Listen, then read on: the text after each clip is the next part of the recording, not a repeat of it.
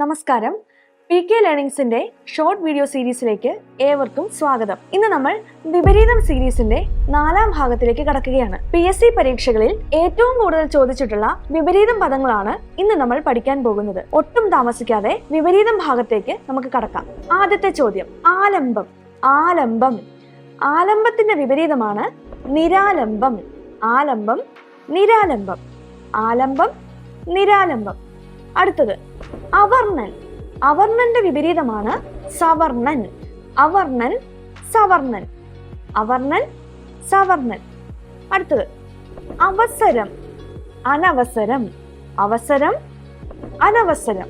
അവസരം, അനവസരം. അസൂയയുടെ വിപരീതം എന്താണ്? അനസൂയ.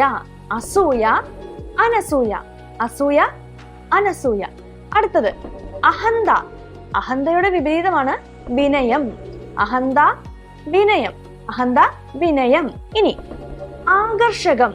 ആകർഷകത്തിന്റെ വിപരീതമാണ് അനാകർഷകം. ആകർഷകം, അനാകർഷകം. ആകർഷകം, അനാകർഷകം. ആകർഷണമാണെങ്കിലോ വികർഷണം. ആകർഷണം, വികർഷണം. ആകർഷണം, വികർഷണം. ആകുലം, നിരാകുലം. ആകുലത്തിന്റെ വിപരീതമാണ് നിരാകുലം. ആകുലം, നിരാകുലം. ആക്രമണമാണെങ്കിലോ അനാക്രമണം. ആക്രമണം, അനാക്രമണം. ആക്രമണം, അനാക്രമണം. അടുത്ത ചോദ്യമാണ് ആഗതം. അതിന്റെ വിപരീതമാണ് നിർഗതം. ആഗതം, നിർഗതം. ആഗതൻ. ആഗതം നിർഗതമായിരുന്നു. അപ്പം ആഗതനോ നിർഗതൻ. ആഗതൻ, നിർഗതൻ. ആഗതൻ, നിർഗതൻ. അടുത്ത ചോദ്യം ആഘാതം. ആഘാതത്തിന്റെ വിപരീതമാണ് പ്രത്യാഘാതം. ആഘാതം, പ്രത്യാഘാതം.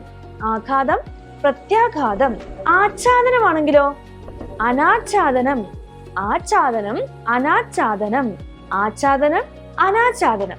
ആച്ഛാദനം, അനാച്ഛാദനം. അടുത്തത് ആദിമം. ആദിമത്തിന്റെ വിപരീതമാണ് അന്തിമം. ആദിമം, അന്തിമം. ആദിമം, അന്തിമം.